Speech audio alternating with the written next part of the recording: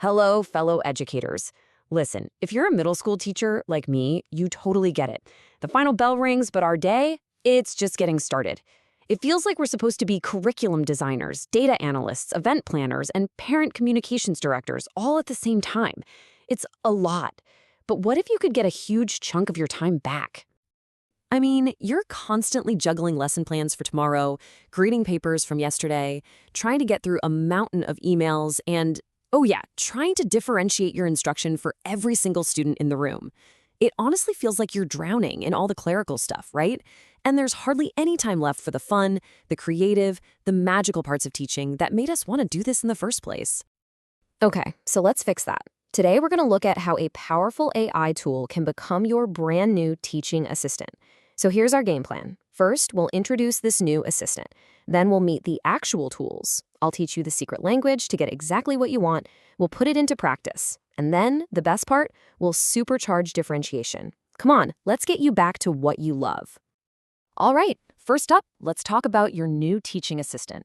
The whole point here is simple: less time on all those clerical tasks and way more time for creative, impactful teaching.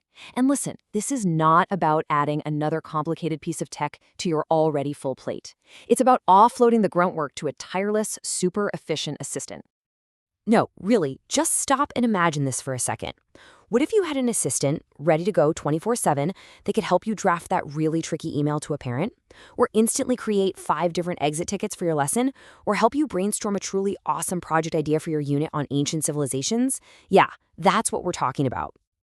Okay, so you're probably thinking, this sounds amazing, but where do I find these tools? Well, let's get into it. It's time to meet your new AI tools, specifically Google's Gemini and Notebook LM. We'll find out where they live and how to get them working for you, like right now. Getting to these tools is so simple. You can just go straight to their websites, or even easier, just click the waffle menu, that little grid of 9 dots in the top corner of all your Google apps. You'll find them right there. Just sign in with your school account and you are in. It's that easy. Now, to make your assistant really smart, you've got to give it some context. You can upload files like PDFs directly into Gemini for a quick job. But for the bigger stuff, like a whole unit, you're going to want to use Notebook LM. Think of Notebook LM as your digital filing cabinet for a project. You can upload all of your source materials, articles, textbook chapters, you name it. This is a total game changer because everything stays in one place and Gemini can use it all at once. Okay, now for what I think is the most important part, how you talk to your assistant to get what you need. The secret is something called prompt engineering. I know, it sounds super technical and scary, but I promise you it is so easy once you learn a simple little framework. All prompt engineering really means is learning how to give clear instructions. It's the difference between telling a student, do a project, and getting something random back, versus giving them a detailed rubric that gets you exactly what you wanted. Same idea here. Clear instructions lead to great results. And here it is, the secret sauce. You don't need complicated formulas. You just need to remember one word: parts. We've actually adapted this framework just for us teachers. P is for persona. Tell the AI who to be. A is for audience. Who's this for? R is for request. What's the actual task? T is for tone or type.